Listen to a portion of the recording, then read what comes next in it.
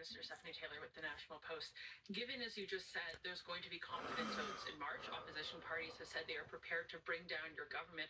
What kind of chances do you think you are leaving to your successor, given that there will only be mere weeks for them to introduce themselves to Canadians before heading into an election, potentially? I have a tremendous amount of confidence in both Canadians and in parliamentarians' interest in serving Canadians in the right way. Um, we're in a minority government right now.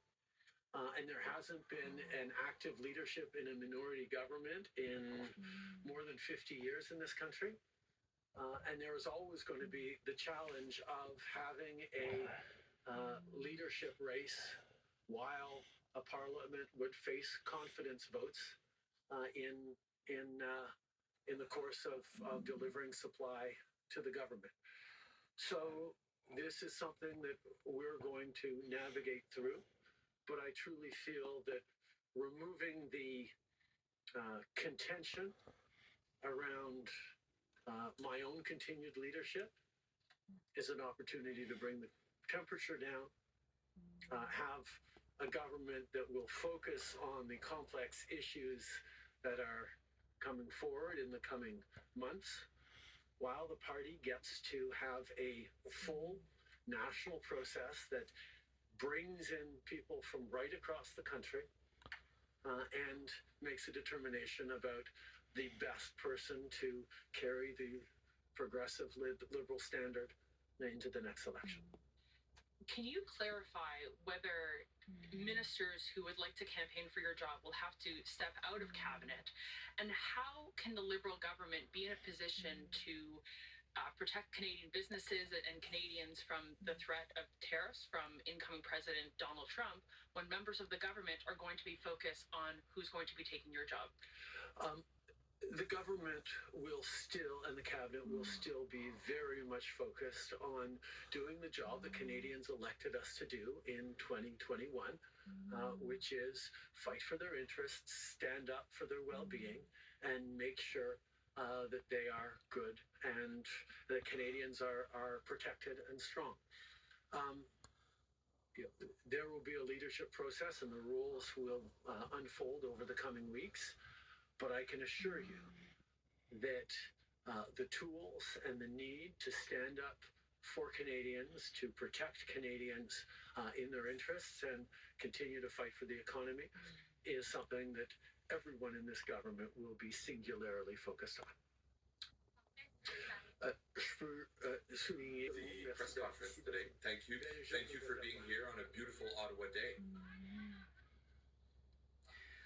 Well, there you have it, an extremely significant and consequential moment in Canadian politics this morning outside Rideau Cottage. Justin Trudeau announcing that he will not be the man to lead his party into the next election. Trudeau making that revelation, that announcement just moments ago, that he will be resigning as the party leader, but will be staying on until such time as a new leader is selected. A couple of quick headlines from that announcement just a few moments ago. Justin Trudeau said he had dinner with his kids. He told him of that decision at that dinner yesterday, and he has also spoken to the president of the Liberal Party, Sachin Mehra, to basically trigger a leadership process. He wants to stay on until such time as there is a robust, what he called a robust, nationwide and competitive process for that leadership, the next leader of the Liberal Party. He also talked about at the top of his speech about how he has fought for Canadians, fought for the middle class, fought for climate change. And he says that we are at a critical time in the world. He also went on to say, he said that, as you know, I am a fighter, that every bone in my body tells me to fight.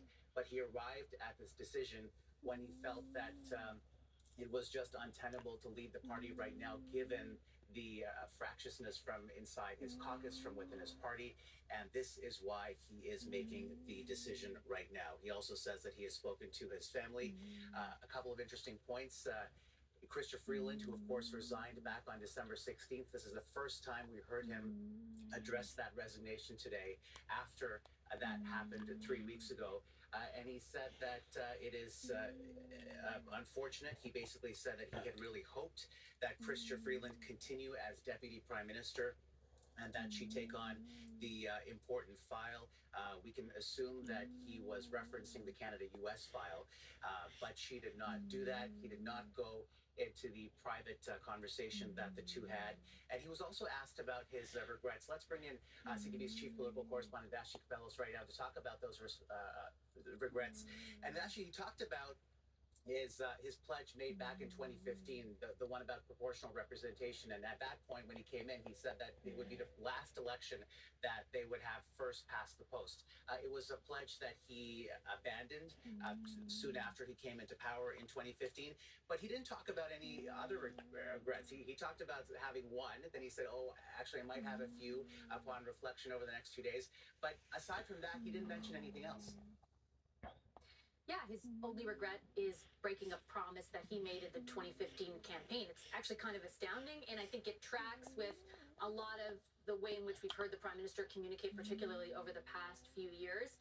There was not a huge amount of humility in his comments today, and I think what really stood out to me was what was telegraphed in advance of his comments by the people around him, which is he did not do this because he doesn't think he can win, or because he doesn't think that he's the right person to do it.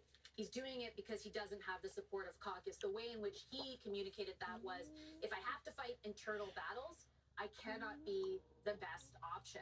That really stood out to me, that essentially he said today, I'm not making this decision because I don't think I'll win the next election, or I've done a bunch of things that have, really hurt the Liberal Party and its brand over the past number of months. He said he's going to have to fight internal battles, as he has been over the last number of months, and that leaves him in a position where he cannot be the best option. The other thing that really stood out to me in these comments, Omar, was around what's going to happen next. Not only did he say, I'm resigning once the new leader is chosen, but he also talked about a robust, public, open process that he says will take place to choose his replacement. He said, as you pointed out, that he talked to the president of the party about that. Here's where this becomes complicated, and there was a great question to the Prime Minister about that. What does that mean as far as a timeline goes? If you're going to have this big open race, does that leave the next leader with 2 days before the next election?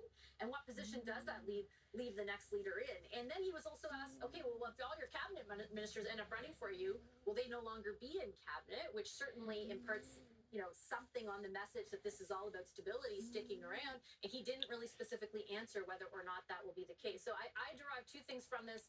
One, he's leaving because caucus doesn't support him, not because he came to some decision based on his own ability to win in the next election. And two, he has decided and sort of, I guess, worked through an agreement to have a big open process to replace him. And that might leave the next leader in a pretty interesting situation if the election is as soon as even the Prime Minister in his comments seemed to admit it could be in the spring. That's an interesting point you raise. I mean, he talked about, he said a robust nationwide competitive process, but can you have that if you're fast tracking a leadership race? So that's going to be a question for the party in the days and weeks to come. I want to put up a tweet by Mark Carney, who of course is a leadership contender. He tweeted about 10 minutes ago, basically thanking the Prime Minister for his service. He says, thank you, Prime Minister Justin Trudeau, for your leadership, for your many contributions to Canada, and for the sacrifices you and your family have made for public service. Wishing you the best for your next chapters. Now, we know that this comes on the heels of him informally soliciting support from members of the Liberal